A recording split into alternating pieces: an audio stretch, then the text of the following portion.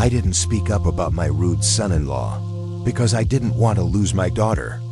The bread was warm, the wine was poured, and laughter filled the room. But I sat there, quietly breaking off a piece of bread, swallowing more. Then just dinner. My son-in-law had just made another one of his jokes at my expense. Something about how I still hadn't figured out smartphones, or how the old ways must have been interesting back in the day. The table chuckled. My daughter looked at me with that same half-smile she always wore, the one that said, "Don't take it seriously, Mom. He doesn't mean it." And so once again, I smiled back and let it pass. But inside it didn't pass. Not anymore, because this wasn't the first time. It wasn't even the 5th or 10th. It was just the latest in a long line of subtle slights, condescending remarks, and passive dismissals that had somehow become acceptable, all because I didn't want to be the one who made things uncomfortable. I didn't want to lose her. That's the truth of it. That's the quiet, aching truth that so many of us carry. As mothers, we spend decades raising our children, building bonds out of bedtime stories, broken hearts, school plays, and kitchen dances. And then one day, someone else becomes the most important person in their life, and we, who once meant everything, start tucking ourselves quietly into the background, not wanting to take up too much space. I watched my daughter fall in love with him. I watched her glow when she spoke his name. And I promised myself that I would never be the reason that glow faded. So I kept my thoughts to myself. I bit my tongue when he interrupted me. I looked away when he rolled his eyes. I convinced myself that love was silent endurance, and that protecting our connection meant sacrificing my voice. But the truth is, silence has a cost. It seeps into your bones. It keeps you up at night, replaying conversations you never had, words you never said. It wraps around your heart like a tight thread, pulling you inward until even your own thoughts start to whisper. I stayed silent because I loved her, because I thought keeping the peace meant keeping her close. But this story isn't about regret. It's not about bitterness or blame. It's about what I learned in the spaces between what was said and what wasn't. It's about the strength it takes to hold back and the grace it takes to finally speak. I didn't speak up about my rude son-in-law because I didn't want to lose my daughter. But somewhere along the way, I realized I didn't want to lose myself either. It never started with anything loud, no shouting, no big scenes, just small moments, little cracks in the conversation that most people wouldn't even notice. But I did. It was the way he'd interrupt me when I was telling a story. The way his eyes glazed over when I started talking about my childhood or how things were back then. Once, I mentioned how we used to hang clothes on the line to dry, and he laughed, not with me, at me. Said something about how prehistoric that sounded, then added, "Isn't it cute how she remembers those days like they were golden?" My daughter chuckled. I did too. But inside, something wilted. At family dinners, he'd often speak over me, correct me on small facts, things that didn't matter. I'd say I saw a good movie recently, and he'd go, "Oh, that wasn't that good. It's not really your kind of film anyway, is it?"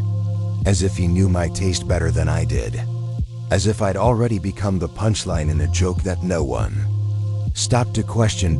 There was always this undertone, subtle enough to escape scrutiny, but steady enough that I couldn't ignore it. The kind of tone that made me feel outdated, irrelevant, like I was a tolerated guest in a home where I used to be a mother. And each time it happened, I told myself it wasn't worth the fallout. That if I brought it up, I'd look petty. That maybe he didn't mean it that way. That maybe I was being too sensitive. But sensitivity isn't weakness, it's awareness. It's intuition. And I knew, deep down, that these weren't accidental remarks. He was drawing lines. Lines between us and them. Between the world that mattered, his world, and the one I came from, which he clearly thought had expired. Still, I stayed quiet. Because those moments, as small as they were wrapped in something much heavier. Fear.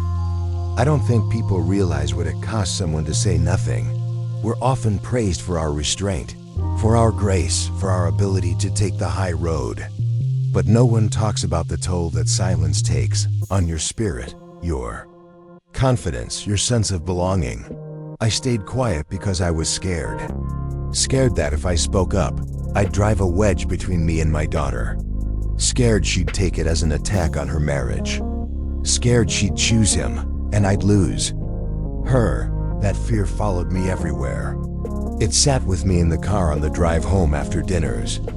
It lay beside me in bed when I stared at the ceiling at 2 a.m., replaying his remarks, thinking of all the things I could have said, should have said, but didn't. It made me second-guess my memories.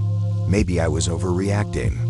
Maybe I was making something out of nothing. After all, he never yelled at me, never insulted me outright.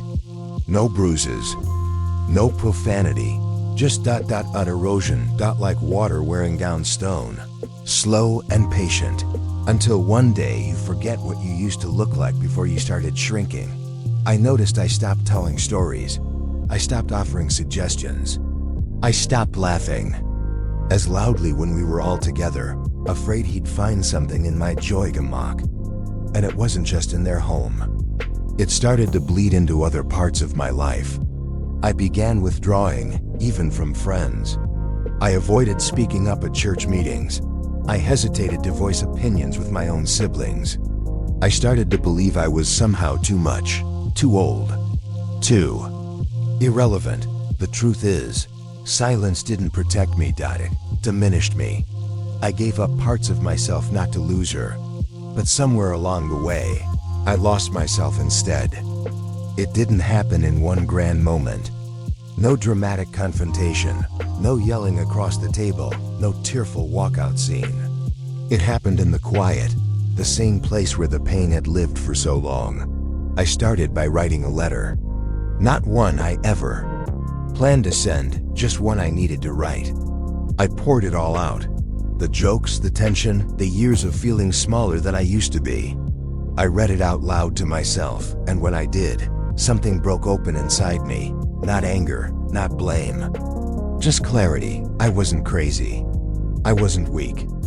I wasn't overreacting. I was hurt. And that hurt deserved a voice. So the next time my daughter and I were alone, I didn't come at her with accusations. I came with truth. We were having tea at my place. I waited until she set her cup down and looked me in the eye. And I said, "Sweetheart, I need to tell you something. And I'm not telling you to make you choose sides. I'm telling you because it's been sitting heavy on my chest for a long time." Her face tensed. She braced for drama. But what I gave her was something different. I've been feeling small around him, not because you don't love me, but because ... Sometimes he makes me feel like I don't matter. And I've stayed quiet because I didn't want to lose what we have. But in staying quiet, I've been losing something else, myself. She didn't say anything at first. She just stared at me, blinking. Then she reached across the table and held my hand. "I didn't know," she whispered. "I really didn't know." And I believed her. It didn't change everything overnight. He didn't become warm and fuzzy, but something shifted. She started noticing. She started checking in. And she started speaking up too, gently when needed. Not because I asked her to choose, but because I finally let her see. Speaking up didn't break the bond. It strengthened it. Not because I forced it, but because I trusted it enough to be honest. There's a kind of grace that lives in the space between silence and shouting. It's the courage to say what's true with love, to draw a boundary without building a wall, to ask for dignity without demanding control. That's what I found. Not power, not revenge, just peace. And after all those years of swallowing my voice, peace was the loudest thing I'd felt in a long time. I used to believe that love meant sacrifice, that to keep the people you love close, you had to make yourself smaller, quieter, easier to be around. I believed that swallowing your pride was the price of peace, and that being a mother meant giving. Always giving. even when it cost you parts of yourself you'd never get back.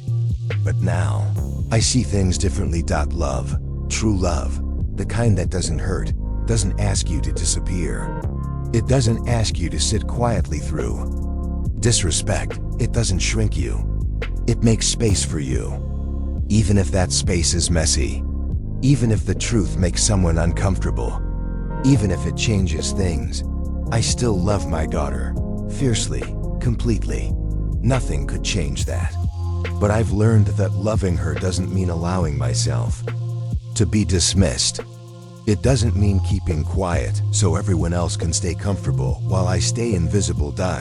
It means telling her the truth, trusting her with my feelings, believing that she can love more than one person and still see me, still hear me. And yes, it's complicated. My son-in-law hasn't changed much. He's still the same in many ways, but something's different. Now in me, I no longer twist myself into knots trying to earn kindness from someone who may never give it.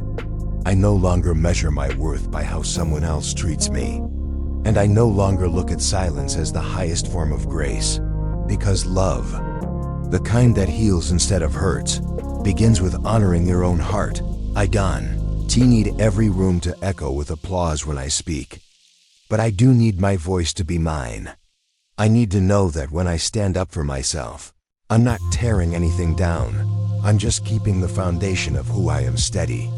If you're someone who's been quiet for too long, someone who keeps biting their tongue, holding their breath, tucking your feelings into the corners of your chest so no one else has to deal with them, I want you to hear this.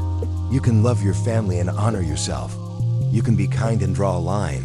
You can keep peace, but not at the cost of your own. That is what I know now. There's still a certain quietness at family dinners, but it's not the same kind of silence anymore. It's not the silence of a woman holding in her truth. It's the calm of someone who has nothing to prove, nothing to hide, and nothing left to bury inside her heart. I sit at the table now with a straighter spine. My stories may still be interrupted, but I finish them anyway. My jokes may not land with everyone, but I tell them anyway. And when I catch my daughter's eye, I see it. The awareness, the warmth, the respect. She sees me. I don't know if my son-in-law will ever truly change. I'm not waiting on that anymore. What I needed was never an apology from him. It was permission from myself to stop living in fear of losing people who love me. Because the right people, the ones who truly love you, they don't leave when you speak your truth. They lean in closer. I'm not the same woman I was 10 years ago, or even 2. I've learned that aging doesn't mean fading. It means becoming more honest, more rooted, more unwilling to trade dignity for silence. So no, I didn't speak up about my rude son-in-law because I didn't want to lose my daughter. But eventually, I did speak, not to hurt anyone, not to cause a rift, but because losing myself, slowly and quietly, was too high a price. Now, I'm still a mother, still a woman. And finally, fully both. And that, I've learned, is more than enough.